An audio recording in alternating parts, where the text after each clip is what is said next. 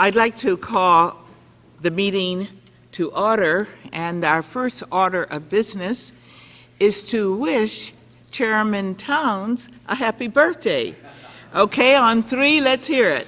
1, 2, 3. Happy birthday, Chairman Towns, and welcome. Thank you for sitting in with us. All right, I'd like to welcome all of you to today's hearing examining the application of green building practices in the federal sector. In recent years, there's been a movement towards greening various aspects of the federal government, for improving energy efficiency to constructing buildings with environmentally sustainable materials and technology. The subcommittee will receive testimony from the General Services Administration, the Department of Energy, and the Environmental Protection Agency, in addition to several witnesses from the private sector. I welcome our list of distinguished panelists and thank them for their participation. Today's hearing will explore how well the key agencies responsible for greening federal buildings are progressing and what additional steps should be taken to assure that the federal government is being proactive in its approach to green building practices. Despite the recent growth in green building construction and retrofitting of existing buildings across the federal government, Congress has been slow to conduct oversight in this area, in part due to the rapid growth in green building projects and also due to the range of agencies involved in the undertaking. Some of the issues I hope our panelists will address today include finding out how successful current federal green building programs have been to date and what tangible outcomes have resulted from the agency's collaborations with various government working groups, such as the Interagency Sustainable Working Group, which is managed by the Department of Energy. I'm particularly interested in hearing from today's witnesses on how the Energy Independence and Security Act of 2007, or ESA, and Executive Order 13514, among other relative statutes, have set the parameters for green building practices, and how effectively agencies are coordinating their efforts across the government to meet the timelines for reducing greenhouse gas emissions and achieve zero net usage in federal buildings by 2030, as directed by Executive Order 13514.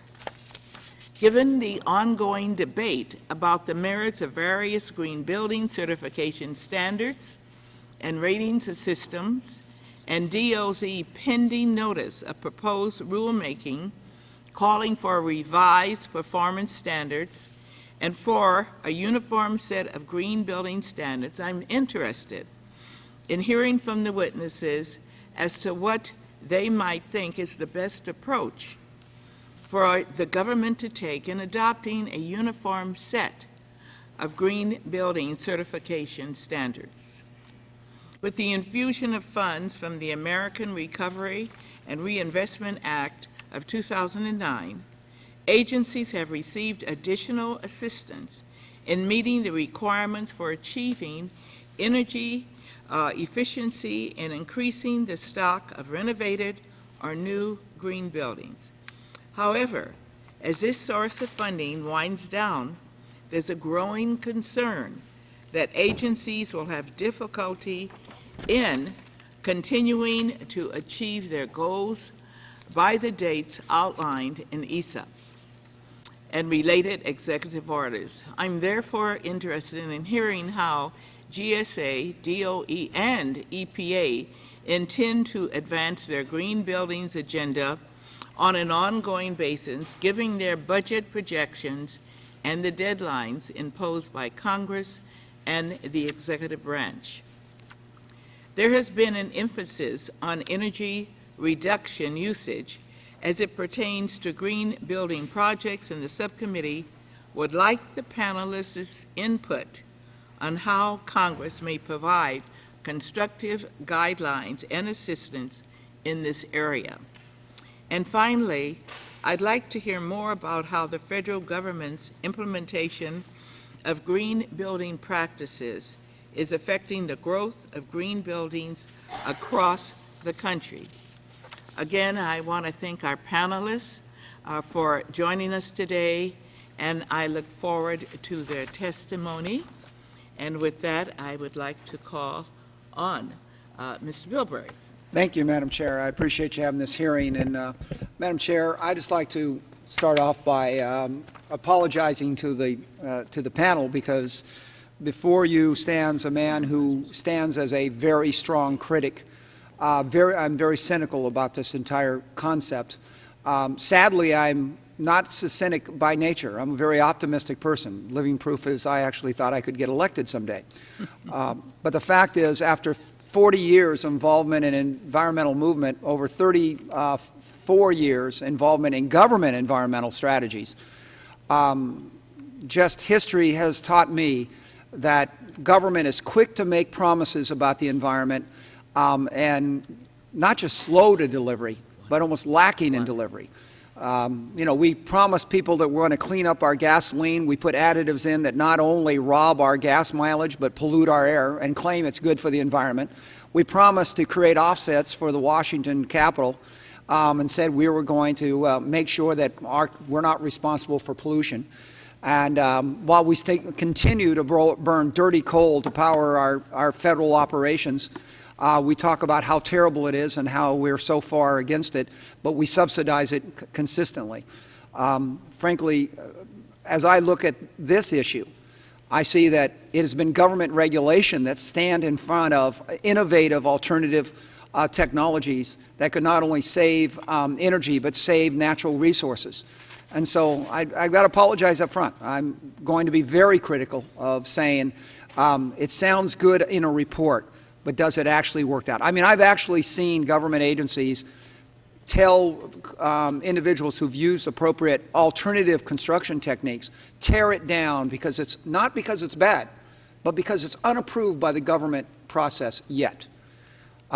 Sad commentary to the fact that those of us in government are quick to require everyone else or expect everyone else to change the way they do business, the way they live, the way they make everyday decisions. But government is so slow to change our regulations, our attitudes, and our procedures to reflect the environmental reality that all of us, including and especially those of us in government, have a responsibility to share. So with that, enjoy the testimony. I look forward to getting your little tidbits of wit and wisdom on this. But I am very critical that there's a huge gap, Madam Chair, between the theoretical approach here in Washington of what we think is going to get done and hope to get done and what actually happens in the real world. And I hope by this hearing we can help to try to bridge that gap. And I yield back.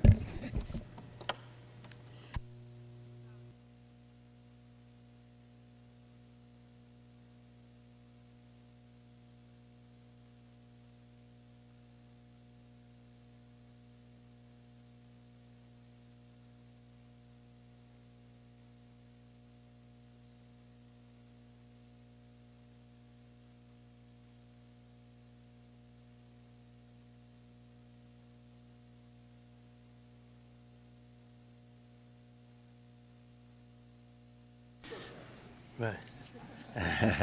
Thank you very much, Madam Chair, and thank you for recognizing my birthday. Thank you. And let me thank you and Congressman Bilbray for holding this hearing. Over the past several years, Americans have increasingly focused on ways to save energy while also saving money. This focus has given way to the popularity of what many see as part of a solution to America's energy needs, going green. The backbone of going green is saving energy, and saving energy means saving the environment and saving money. Today, we are here to talk about going green as it relates to the construction of federal buildings. In other words, buildings paid for with taxpayers' dollars. The federal government is the nation's largest energy consumer. Green building practices are essential to achieving the goal of energy conservation, and I fully support green initiatives. Going green is essential not only to the sustainability of our environment, but to the sustainability of our country. However, I do have some questions about the government's progress in implementing green initiatives, like the Energy Independence and Security Act of 2007. Let me conclude by saying I am interested in learning how federal agencies plan to continue greening the government once Recovery Act funds are no longer available. While I am all for the greening of federal buildings, I strongly believe that we need to invest taxpayers' dollars very wisely. We need to make sure money is spent only on green initiatives that are cost-effective. And I strongly feel that the government ought to be leading the way to energy independence. But the question is, are we doing it right? That's the question. And I hope you can help us answer that question today. Madam Chair, I yield back, and I look forward to the testimony.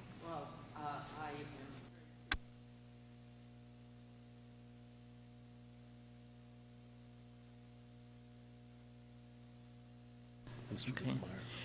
I yield now to Mr. Lukemire for opening statement. Thank you, Madam Chair. I have no statement this time. Okay. I'll now yield to Mr. Cuellar for opening statement. Thank you, Madam Chairman. Thank you, and Mr. Chairman again. First of all, I want to thank the witnesses to be here, that are with us here today. I think what we're looking at, we're certainly looking at some opportunities, and I think we're all familiar with the opportunities, what it means to green the buildings, and I think the ranking member is right that, you know, if we're going to be asking the private sector to do certain things, we ought to look at our own reflection and see what we're doing with GSA or with the other agencies to make sure that we do the same thing if we're going to be asking the private sector to do that. I think we're familiar with opportunities, what it means to the workplace, and I think our first witness has talked about what's not only a building to look at, but it's a place to work and to spend a lot of time there. But I think what we ought to look at today, and what I'm interested in, Madam Chair, is that we look at what are the performance measures? You know, when we talk about greening, what does that mean? How do we actually, I'm not interested in measuring activity, I'm more interested in measuring the results of what we mean by greening. What about the, having the trained federal agency staff to make sure that we oversee those results? What does that mean? And if we contract energy saving performance contracts, making sure that we have that available. Certainly, you know, activities and efforts to comply with the provisions in ISA is important also. And the other thing that I'm looking at also is to, as we do those performance measures, make sure that one agency, another agency, the other agencies are using uniformity in those performance measures. And again, we have to be rather quickly, very careful about this, Madam Chair, because I think in the past when we talked about performance measures, agencies, with all due respect sometimes, and I think members of Congress do the same thing, is that we measure the activity. How many, what are we doing to do this? But I think the results, and that's the definitional challenges that we face, is I think what we ought to be looking at. So again, thank you very much, Madam Chair, and I think we're going to have a great hearing. Thank you to the witnesses. And I will now yield to Mr. Connolly. Thank you, Madam Chairwoman, and thank you so much for holding this hearing, which I think is actually very important. While I certainly join with my friend from San Diego in the caveat he laid in front of us, I cannot join with him in his avowed cynicism. I actually think this is an exciting challenge with enormous potential. And when I was chairman of Fairfax County until I came to this Congress, we were doing similar things, requiring LEED certification of all of our government buildings. A standard reflected certainly in in the commitment embodied in the Energy Independence and Security Act, ISA, and the Executive Order 13514. We spend $24.5 billion a year in energy cost as a federal government for federal facilities. And if we can meet the standards we've set for ourselves of 26% energy savings by going to LEED certified buildings, we can save $6 billion of that cost every year. That is significant, and those are real savings to be had as we move forward. And so I think the potential is enormous, and we just got to, as my friend from Texas just said, we've got to have real metrics and measurable goals and milestones along the way to make sure we're in fact reaching that savings.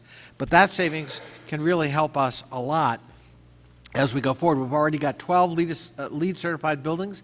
We're committed to carbon neutral buildings, and we have one now, I guess, in Denver. Obviously, this committee wants to know more about, well, all right, what are the plans to making sure we get to our goals by 2030, because they're generating 33% lower greenhouse gas emissions than normal buildings.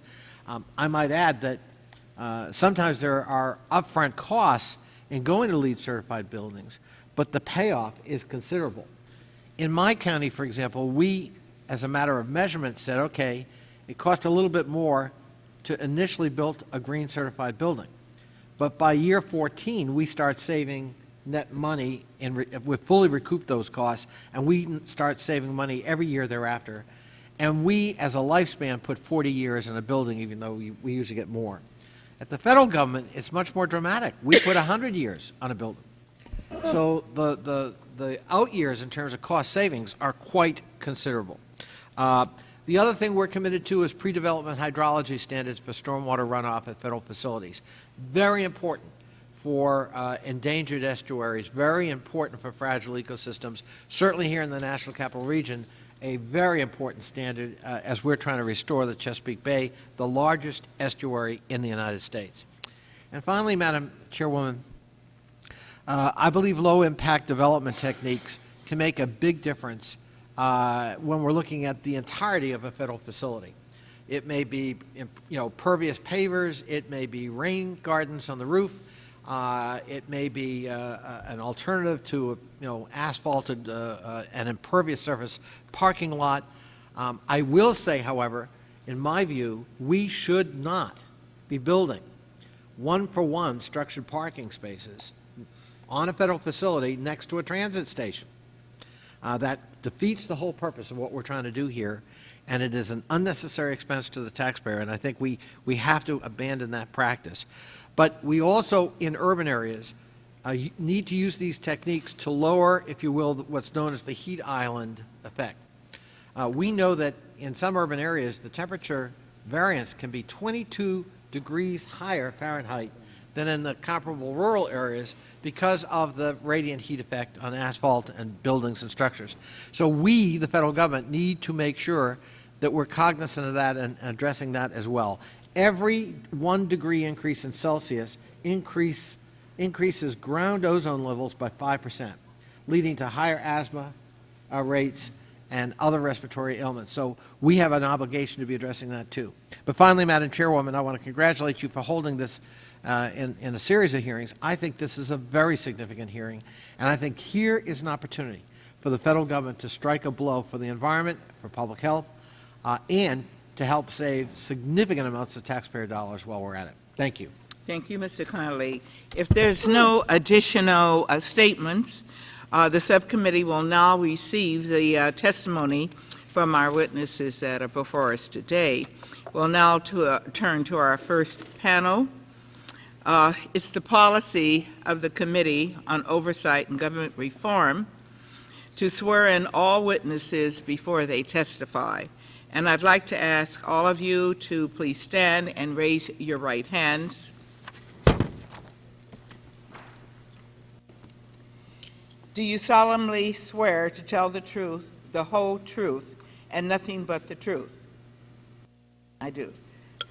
Let the record reflect that the witnesses answered in the affirmative, and you may be seated. And I'll now introduce the first panel. And I'd like to start now with Kevin Gamshur. and who is the Director of the Office of Federal High Performance Green Buildings for the General Services Administration. Mr. Kamshur, are we pronouncing that correctly? Kamshur oversees the framework for which GSA responds to the challenges of greenhouse gas emission reductions and of the American Recovery and Reinvestment Act's mandate to move GSA's federal building inventory towards high-performance green buildings. Kathleen Hogan is the Deputy Assistant Secretary for Energy Efficiency in the Office of Energy Efficiency and Renewable Energy at the U.S. Environmental Protection Agency, where her portfolio of $900 million annually includes energy efficiency, policy, program, and research. Previous as a division director, Dr. Hogan directed EPA's clean energy programs and focused on removing market barriers for energy efficiency and renewable energy. And Dennis Bushta is the Deputy Assistant Director in the Office of Administration for the U.S. Environmental Protection Agency.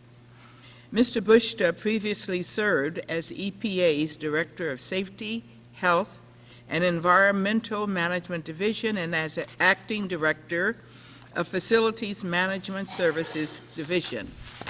He was Director of Industrial Relations for Newmont Minerals Corporation, and he has worked as an adjunct faculty member at the West Virginia University. And I'd like to welcome all of you and thank you very much for being here this morning. I ask that each one of the witnesses now give a brief summary of their testimony, and to keep this summary under 5 minutes, if you can do that. Your complete written testimony will be included in the hearing record. And Mr. Kamshur, please proceed. Thank you, and good morning, Chairman Watson, Ranking Member Bilbray, and members of the subcommittee. My name is Kevin Kamshur, and I'm the Director of the Office of Federal High Performance Green Buildings in the U.S. General Services Administration. Thank you for inviting us today to discuss the progress and challenges with green building practices in the federal government, and thank you for including my full written statement into the record. In 2007, under the Energy Independence and Security Act, Congress created the Office of Federal High Performance Green Buildings to enable and enhance federal leadership in sustainable real property portfolio management and operations. The office now combines deep knowledge of federal processes with multidisciplinary expertise in high-performing green buildings, providing leadership both within GSA and the federal government, as well as influence and interaction with the broader commercial property market to ensure that our buildings minimize their burden on both the environment and the taxpayer. A principal duty of the office is to ensure full coordination of high-performance green building information and activities within GSA, and this duty expanded with the passage of the Recovery Act. Under the Recovery Act, GSA received $5.55 billion to be reinvested in the federal buildings portfolio and to create a few new buildings as well on an accelerated basis. And in fact, GSA to date has done 4 times as much work in this regard as it ever has done before. And today we stand with contracts in place of $4.4 billion. GSA has leveraged its specialized expertise in sustainability and procurement practices to support the investment of these funds consistent with the intent of the Recovery Act. In the months immediately following the passage of the Recovery Act, we engaged directly across GSA in the public buildings in particular, service in particular, to provide support to the development of and the plan for executing these projects. We established minimum performance criteria to guide the scoping and execution of projects to transform federal buildings into high-performance green buildings that use less energy, have better indoor environmental quality and health and performance conditions, reduce pollution, and produce less waste. building tune-up, lighting, HVAC, retrofit and replacement, renewable energy generation, and water conservation projects have all been incorporated into projects based on the limits of funding, the scope of the Act, and return on investment analysis for the components of the investment. An example of a project taking full advantage of these greening opportunities is the modernization of the Edith Green Wendell Wyatt Federal Building in Portland, Oregon. It will attain LEED Platinum, the highest LEED rating available under the U.S. Green Building Council's LEED rating system. Using advanced design features, including radiant panels, different fenestration on different sides of the building to react differently to the way that the sun rises and sets in that particular climate, the structure will consume 60% less energy of a typical office building in that location, and will incorporate a facade that is designed specifically for the location within the city. I might also add that the oldest planted roof in GSA's inventory is on the parking garage of that same building. It was planted in 1975 and has never leaked. Another example of the new Department of Homeland Security headquarters that we're building on the St. Elizabeth's campus in Washington, D.C. The initial building, the new Coast Guard headquarters, will have 5 acres of vegetated roof, narrow floor plates to maximize access to natural light, an innovative heating system that will be using combined heat and power for the facility and provide infrastructure support for the rest of the Department of Homeland Security in that campus, as well as being highly transit accessible. We are leveraging our Recovery Act investments to turn our large, varied, and stable inventory of buildings into a proving ground for green building technologies, materials, and operating regimes in order to become one of the real estate industry's sources for data on the actual performance of systems in use. And we will be measuring that performance over a minimum of 3 years after complete operation and acceptance. We have worked to support and apply the most effective green building rating systems and standards, drawing on objective analysis performed by the Pacific Northwest National Laboratory, managed by the Department of Energy. GSI has identified LEED as the most effective rating standard for the federal real property inventory to attain, with a focus on the LEED new construction system and a growing focus on existing buildings. GSA requires that a LEED rating of gold or better be part of the design criteria for all new construction and major renovation projects, and the current agency currently has 48 LEED certified owned and leased buildings, with approximately 150 more working towards accreditation at the end of their project period.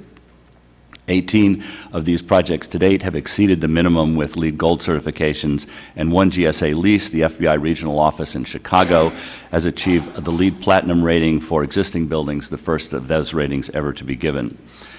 The Energy Star system, developed by EPA and the Department of Energy together and managed by them, is also used by GSA and other federal agencies. GSA today has over 130 buildings with Energy Star ratings, and we are expanding that into the leased inventory as well.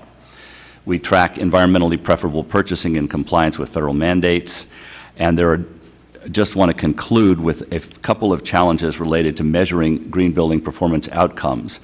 A key issue is increasing the number of advanced or smart meters in federal buildings that track energy and water usage, which we are doing in every building that was touched by Recovery Act funds. Indoor environmental quality is particularly difficult to track and measure because it involves such a wide variety of pollutants as well as atmospheric conditions, all of which can both interact with each other and impact occupants' health and productivity in many ways.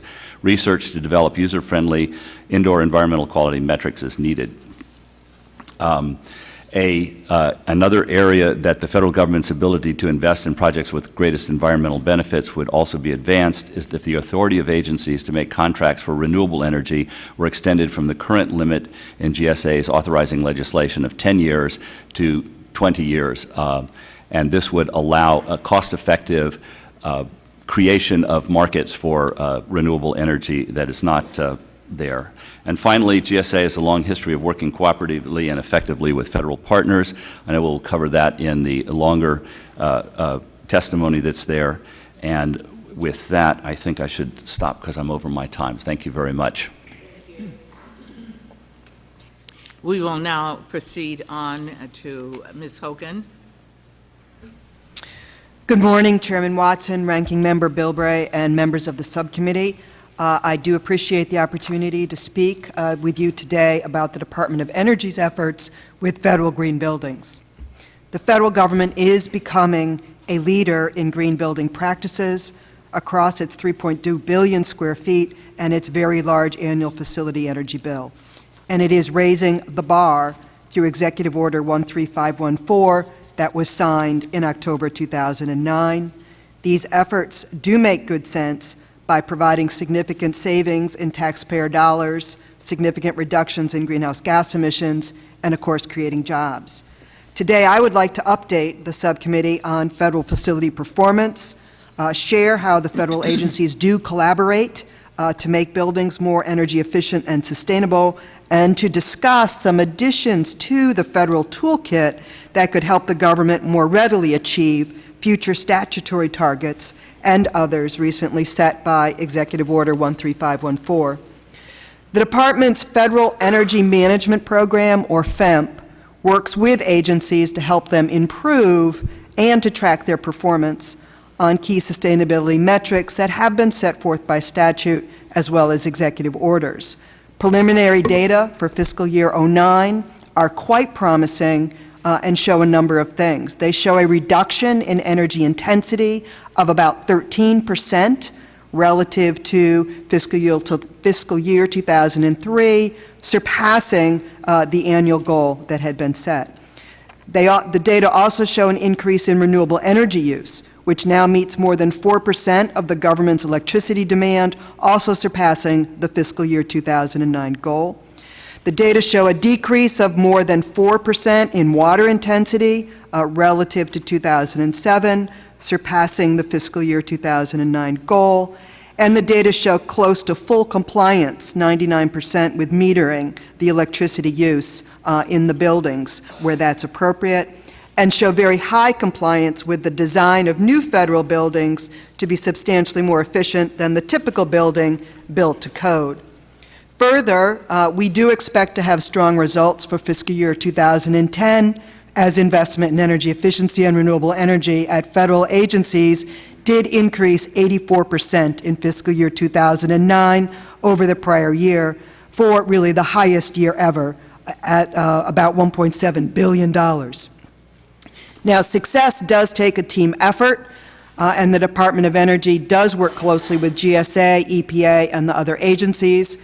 We are organized through Executive Order 13514 into a set of topical working groups with clear roles and responsibilities. Through these working groups, we can tap the communal knowledge and resources available across the entire federal government, and my written statement provides greater detail on those efforts. So as we look forward, we know we have taken big strides. We also see that we have more room to drive down energy costs in federal facilities and to meet future statutory and executive order requirements. Energy efficiency does remain a top priority. There are literally hundreds of off-the-shelf technologies and products the government can use to save energy, technologies and products that are life cycle cost effective, the placebo effect. As facilities last decades, these energy efficient retrofits can reap rewards for years to come. Cool roofs are another important efficiency measure. Cool roofs reflect the sunlight and reduce heat gain, lower air conditioning bills for direct benefits, as well as improve air quality. Just this week, DOE released guidelines for selecting cool roofs for federal agencies, and the Department Secretary Chu sent a memo to departmental leadership instructing them to use cool roofs when building or replacing existing roofs. The federal government has a number of tools to overcome the higher initial costs of energy efficiency and renewable energy, which do frequently hinder investment. For example, as mentioned, energy-saving performance contracts, which can provide investment capital to improve federal facilities. This tool has provided around $2.3 billion in federal facilities investment and helping us save more than 18 trillion BTUs of energy annually, enough energy to power a city slightly larger than Kansas City, Missouri. With a few additional tools, we could help deploy energy efficiency and renewable energy at greater scale, which is necessary to meet our future targets. For example, as just mentioned, we cannot currently use power purchase agreements broadly across the federal government, except for the Defense Department and the Western Area Power Administration. The government can only enter 10-year agreements with renewable energy producers. Extending that renewable energy power purchase authority to 20 or 25 years for all the agencies, as well as changing the way these projects are scored in the budget process, could significantly increase renewable energy use across the government. We also need to look at ways for federal agencies to reinvest savings to support additional retrofits so we can save even more money rather than reducing the agency operating budgets to match the reduced use of energy and water. And lastly, if the definition of renewable energy were changed to include renewable thermal energy that displaces our need for electricity, the agencies would have a much wider set of options for low-cost renewable energy. So I appreciate the opportunity to be here today and to share this update, and we'll be pleased to answer any questions you have. Thank you. And we thank you. You may proceed, Mr. Booster.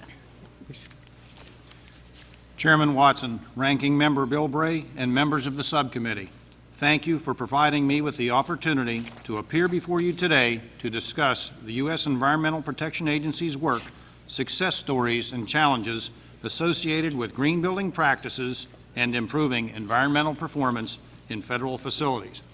EPA occupies nearly 11 million square feet of office, support, and laboratory space across the country. The agency relies upon the General Services Administration to acquire virtually all of its office and non-laboratory support facilities. The agency is currently meeting or exceeding the green building requirements found in the Energy Independence and Security Act of 2007 and Executive Order 13514, and considers itself to be a leader in the federal government in the renovation and construction of green buildings in both facilities owned by EPA and those provided through GSA. We have worked very hard to acquire the U.S. Green Building Council's Leadership in Energy and Environmental Design LEED New Construction Certification for buildings we have constructed or are leasing through GSA and private property owners. As of last December, EPA had gold or silver certification for over 186,000 square feet of property that we own and over 1 million square feet of rented property. EPA has reduced energy at its reporting facilities by over 18% since 2003. Since September of 2006, the agency has acquired delivered green power and renewable energy certificates equivalent to 100% of its conventional electricity use. In addition, the agency has applied a variety of innovative approaches to reduce water use by almost 11% since 2007. Both EPA and GSA facilities contain numerous green roofs, large and small pervious pavement parking lots, rain gardens, and systems to harvest and reuse rainwater. EPA also makes extensive use of recycled materials in its construction projects.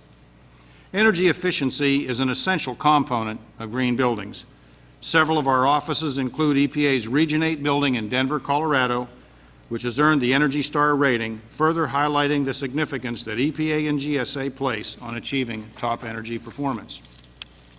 The agency currently has systems in place to collect and measure data for energy efficiency, water conservation, construction waste recycling, and Scope 1 and 2 greenhouse gas facility emissions. And throughout the federal government, agencies are working together to improve systems for collecting information related to employee commuting and waste diversion rates. EPA works within its appropriation to implement the many dimensions of our green building program. We are currently exploring ways to fund upgrading old mechanical systems in 4 million square feet of our laboratories to improve their energy efficiency. The agency is also committed to finding ways to ensure that building operators are available and trained to oversee and maintain increasingly more complex green building equipment. EPA believes that Congress and the executive branch played a significant role in promoting the design and use of green buildings through the passage of the current federal laws and executive orders, which set challenging energy and water reduction goals for federal facilities. These current requirements have and will continue to make a meaningful impact in helping EPA and other agencies achieve significant energy reductions and improve their environmental performance. EPA has shared a very positive experience in collaborating on numerous projects with other federal agencies in promoting green facilities.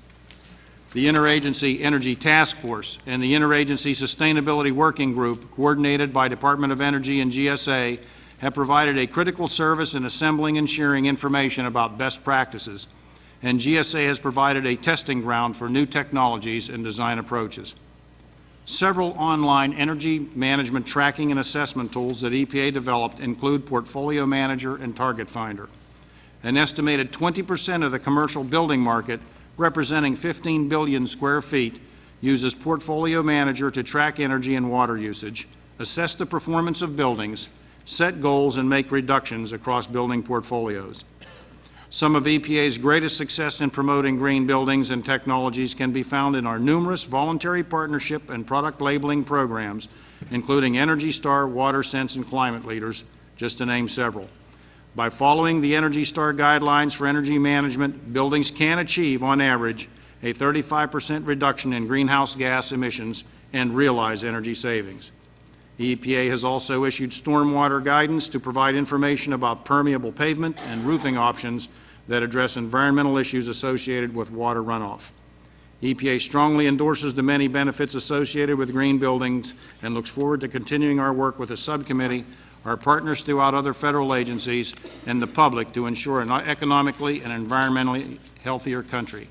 Thank you again for inviting me to testify, and I look forward to answering your questions. Thank you so much. I'd first like to make this statement, and I'm sure that all of our members would concur, that we're struck by the fact that the federal government is the nation's largest consumer and greenhouse gas emitter. And I'm particularly struck by the fact that our nation's buildings account for 40% of our primary energy use. Obviously, the federal government can and must play a leading role in providing guidance on how the buildings must be constructed in the future to maximize the goals of energy efficiency and environmental sustainability. And I appreciate the testimony. I think that you have addressed a lot of the initial areas of concern that I have. I'll call on other members in just a second. But I'd like to start with Mr. Kamshire and say, is the GSA committed to eventually making all of its buildings LEED certified? And if so, how long will this take, and at what cost to government? Today, we require every major renovation and new construction project and major lease construction project to achieve a LEED Gold rating. That's the new buildings. We are currently... so most of it is prospective.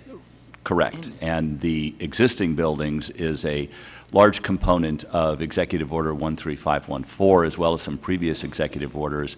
The current goal is to have a minimum of 15% of our inventory certified by 2015. We are actually looking at accelerating that. We will not have the schedule for acceleration probably for several months yet, but we believe that we can do more in the short run with existing buildings, especially based on the work that we're doing with the Environmental Protection Agency to use Energy Star Portfolio Manager as a screening. So what we will be doing is looking at how many of the buildings today are capable, but we just don't happen to know it, of achieving such a rating. We currently are on track to meet that 15% goal. We do not expect that the cost of achieving those ratings will be an incremental change to our budget requests, because we have seen that as we move these buildings to greater energy performance, that those kinds of improvements that we make to achieve the ratings actually pay for themselves in relatively short order. In yesterday's meeting that was hosted by the White House on related topics of high-performance green buildings, Ken Hubbard from the Heinz Corporation stated that his company, when they take over a new building from another owner, can typically reduce the energy consumption by 20% solely through the imposition of better management practices and better measurement metrics combined with their pre-existing high-quality labor force. So we are hoping to emulate some of those practices in our existing buildings and accelerate that. And I would ask that as we get that plan closer, that we could submit it to you. Great. Ms. Hogan, would you like to come in? We, at the Department of Energy, are also looking to see what we can do with our existing buildings. As you just heard, there are important requirements for the new buildings, which we are, of course, on target to meet. So a big part of the question is how you address the existing building stock. What we are doing, somewhat similarly to GSA, is undertaking sort of an information collection effort to really better understand the state of these buildings, figure out what we can do, and implementing a number of initiatives to see how we can improve them, quickly and in a way that will get the savings that is there to be gotten, as well as to train the people that are out there that need to be trained to maintain that continued improvement. So really investing in the infrastructure so we can get these low-cost savings. And Mr. Bushler, would you like to come in? Yes, thank you. EPA's real federal property inventory primarily consists of laboratories, which tend to be a bit more energy intensive, environmentally intensive, and a bit more complex. And because of that inventory, we are able to, or we have applied a number of different approaches, first starting with commissioning and recommissioning of the mechanical systems, updating technologies, and making some renovations. And on the new construction and major construction, we believe we are in line with meeting those requirements. In some of our older structures, we are currently working at upgrading those and plan to hit those targets in a timely fashion. Thank you. Thank you very much, Madam Chair. And Madam Chair, I know I was pointing out some of the things that we're not doing. We talk a lot on what we're not doing. I just like to point out an example that today there's 155 applications for siting renewable energy facilities on Bureau of Land Management property in California alone, 155. Been there for years. Not one permit has been issued. It's easier to say no than it is to try to move forward because there's risk. I'd like to sort of back up and start where it all starts, and that's when the energy enters our federal facilities. Where is the electricity coming from that is lighting these light bulbs?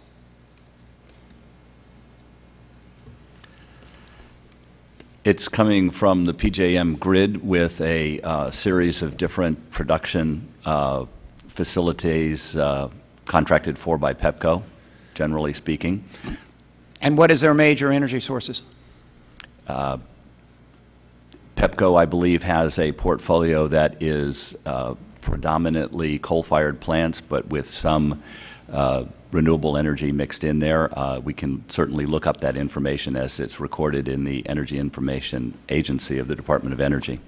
Well, let me just tell you, as a Californian, when I came here, I was appalled to see the coal plants here. In California, you go to prison for burning coal, okay? And for the federal government to be so, so punitive at those of us in California while we struggle to clean up our environment, then to come here and see what appears to be a total lack of standards, really concerned me that we ourselves, as the federal government. Now, I know one thing about energy, the ability to wheel. Are you here today saying that this is the cleanest portfolio that we can legally purchase, that we are forced in the capital of the United States to have to buy dirty, cold energy to generate our light bulbs? Have you had anybody look at the possibility of wheeling and specifically purchasing zero-emission electricity? Today, GSA purchases zero-emission electricity at about 10% of its total electricity purchases across the board, and we have committed to reach 30% within by year 2020. Why 10%? Why don't we basically say, look, we're in the market, we'll go buy zero-emission electricity and wheel it into the region? Why? Because are we worried about the price of buying clean energy? Is that the problem?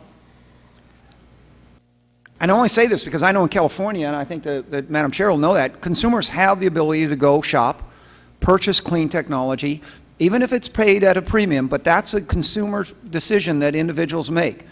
We are not allowed to make that. We can't make that as the federal government sitting in the capital of the United States.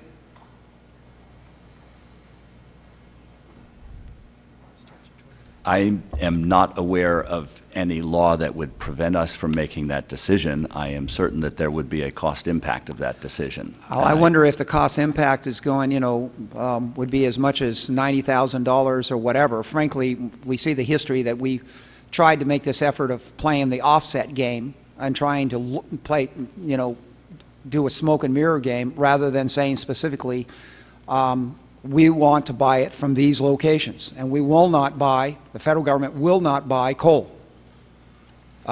unless, basically anything that has that emissions, especially when the fact that we have facilities that are zero-emission generators. And I like to open that up for a conversation. As if think about what we're doing here. We ought to do conservation. It's not just environmentally responsible, it's economically responsible. But if you've got the ability to make sure that you have zero greenhouse emissions caused by your electricity use, when do we stand up and say we're willing to do the right thing and set an example for the rest of the country? I guess the argument is, how do I face off with the people in Ohio and tell them they have to do without if those of us in Washington, D.C. won't do without?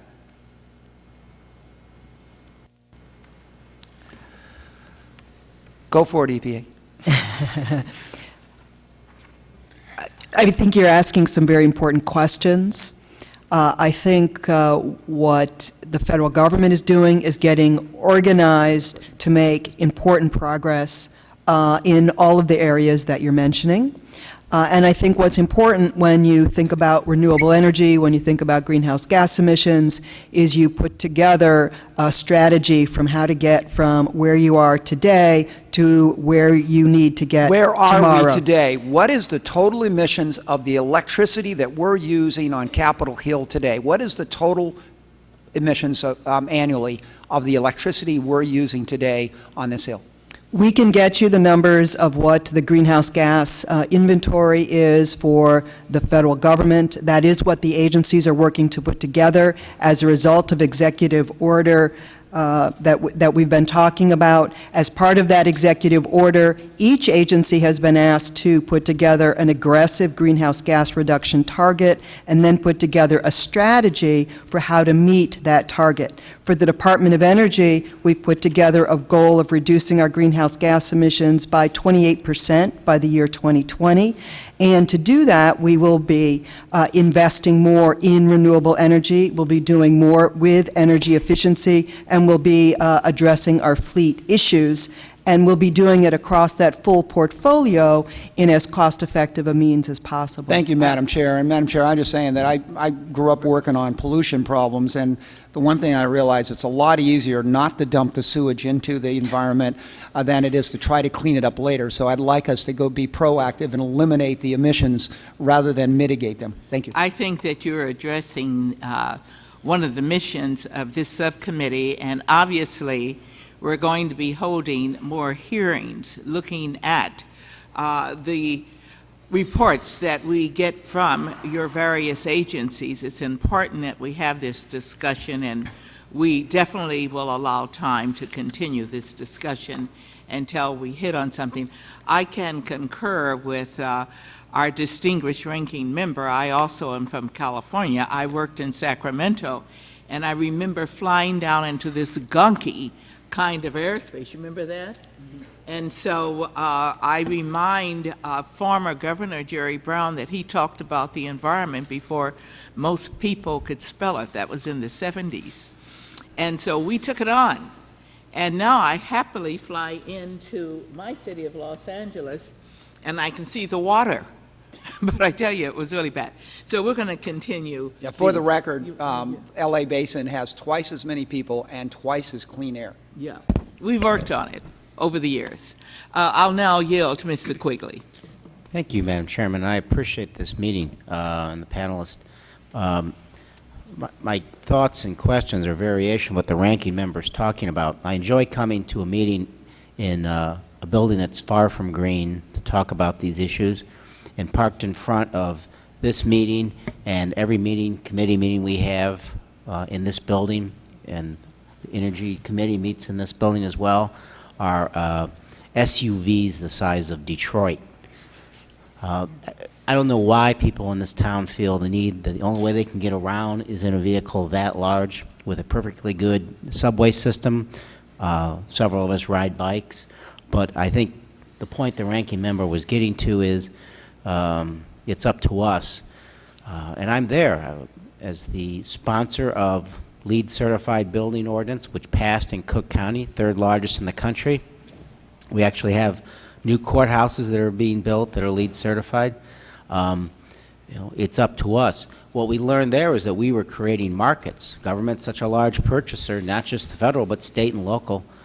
We can change things, which gets to the point the ranking member is. We have to look beyond what we're trying to do here. And the variation of that I want you to comment on, if you would, is the standards that you're talking about. When we started, we were just happy to pass a bill, and we thought any standards were fine. Now we've heard of concerns, perhaps, beyond that with Energy Star standards as it relates to the consumer level at least, but also occasionally with LEED. Is, who's deciding where we can go as technology changes, as our needs change, as the needs change to do this? Is LEED where we need to be? Are there others that we're looking at? Are we pushing the envelope in other manners? Thank you for that question. At the moment, I think LEED is I know LEED is the best rating system that is in the market in the United States today. We did a study in 2006 with Pacific Northwest National Laboratories to ascertain that. The Energy Independence and Security Act asks us to repeat that study once every 5 years, and we'll be commencing the follow-on study next year. It's not, on the other hand, a standard. The most recent standard, which GSA and the Department of Energy and EPA have all been working on together with a variety of other public, state, private entities, is the ASHRAE Standard 189.1 for sustainable buildings. It's a comprehensive standard language standard for green buildings, and it, for example, the law currently requires us to be 30% better than the ASHRAE Energy Code, and this particular green building standard achieves that within the code standard language. If I were predicting, I would say that the decision we make 5 years from now may be different. I would expect the standards to increase. I know that the Energy Code itself in the ASHRAE Committee is getting more stringent as technology and adoption of that technology has gotten greater throughout the industry, and I would expect the subsequent revisions of the Energy Code to become much, much closer to what the government is trying to do today. I would agree with GSA. However, I think there are a number of folks that feel that while LEED provides a good application, there's a considerable variability in the LEED approach, which as one is using the point system, that two buildings that may receive the same LEED rating may have considerable variability, for example, in energy consumption. So the the focus on specific applications may not be the same. So there's a considerable interest, and EPA would support that in raising the bar on some of those applications. I think that's going to happen over time. We would agree that LEED is a very usable across-the-board application at this time, and one that we should focus on. And I think these are the types of discussions that the agencies do engage in as part of their interagency working groups. And as a result of some of these discussions, what you'll see reflected in the notice of proposed rulemaking that the Department of Energy has out on sustainability principles is sort of a framework for how to approach green rating programs. What you'll see in that notice of proposed rulemaking is that we're not selecting one green building rating system. We're putting forth a set of criteria that we think a green building system ought to meet to be a green building certification system the federal government would use. So what you want are, performance-based metrics so that you can sort of measure and strive for high performance. You also want there to be a strong verification system so that when you get a certification for the building design, that down the road you go back and check to make sure the building was designed to meet those levels and sort of maintains that level of performance. So we've taken that path. That notice of proposed rulemaking is currently out for public comment, and we're holding a public meeting, I believe, next week, and we'll be happy to come back and share what the outcome of that process is. Thank you, Madam Chairwoman. And let me begin, first of all, by saying I concur with our friend from San Diego, the ranking member, on the need to shift the federal energy supply from coal to renewable sources. That's why I and so many others in this Congress supported the energy legislation we passed in the House last year, which creates alternative and new and renewable energy markets. Frankly, without that kind of legislative framework, we'll be stuck where we are today. So it's a laudable goal, but we all got to be willing to do the tough lifting to make sure that we can reach that goal. Let me ask Mr. Kamshar, am I pronouncing it correctly? Yes, thank you. Thank you. Does GSA have different standards, parking standards for federal facilities, transit versus non-transit? We do not today. However, the executive order has asked us to work with other federal agencies to develop different policies than exist today that are around transit-oriented development and siting of federal locations. The initial recommendations of the working groups have now been made public, and the next step is to make them actual. So today our parking policies are fairly uniform without regard to the existence of transportation. However, our procurements take the location next to leases and new buildings, requiring where they exist that we locate those facilities near public transit and whether it's bus or subway or the like. If the chair does not object, I would ask that the subcommittee formally request that GSA respond back to us within the next month on what steps it is taking formally to change that policy, because it makes no sense whatsoever to have one uniform standard of parking when you may have a building in the middle of a wheat field in Kansas versus a building in a very congested urban area next to a transit station. Furthermore, frankly, it pits the federal government, not intentionally, against the intentions of the localities. My locality, for example, we've moved heaven and earth to get rail to Dulles. We want to redevelop the Dulles corridor as a transit-oriented development corridor. That means we want to change parking requirements on normal office buildings so that we're encouraging people to get out of the single occupancy vehicles and to use alternative methods of transportation, transit to wit. We need the federal government as a partner if it has facilities in that corridor, not as somebody that stands alone and has its own uniform policies, irrespective of those changes. So if it helps a little bit as a prod, Madam Chairwoman, I would make that request and urge you to, on our behalf, make that request. Without objection, that will be the order. I thank the Chairwoman so much. Thank you. What about transportation demand management plans, TDMs? Does the GSA have such programs for its federal facilities? And again, does it differentiate between congested urban and suburban and other? Our experience with those is principally in the Washington, D.C. area, where we have used them. For example, we did a rather extensive transit study at the commencement of the development of the White Oak campus in suburban Maryland to make sure that we did not overburden the existing road system. We have provided a lot of, in that context, we've provided encouragement to people through transit subsidies. For example, GSA today provides transit subsidies for nearly half of its employees around the country, a lot of those in Washington, D.C. There are a number of programs that are very community-specific to aid not just GSA employees, but all federal employees in finding and using ride-sharing and other methods of reducing the transportation impact of the facilities. The executive order also directs us to go further than we have in the past in ensuring that in all of our planning that we not only consult with but plan together with local planning entities. So the states and the counties and the localities with planning goals and zoning rules and so on are re-emphasized in this executive order that it is an important part of what we should be doing as good citizens of the neighborhoods within which we live. You know, our colleague from San Diego began by saying he was cynical about the gap between goals and reality, and one can understand.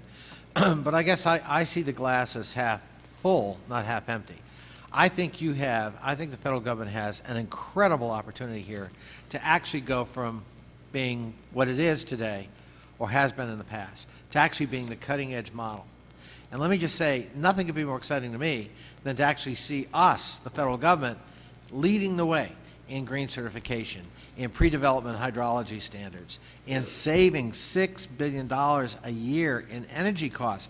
If we're committed to the goal of energy independence, we've got to take the lead. So I applaud what you're doing, and I hope you'll be seized with this mission, because here's an opportunity really for us to strike a blow for energy independence and for the environment at the same time. Thank you, Madam Chairwoman. Thank you very much. And I would like to thank this panel for your information provided to us.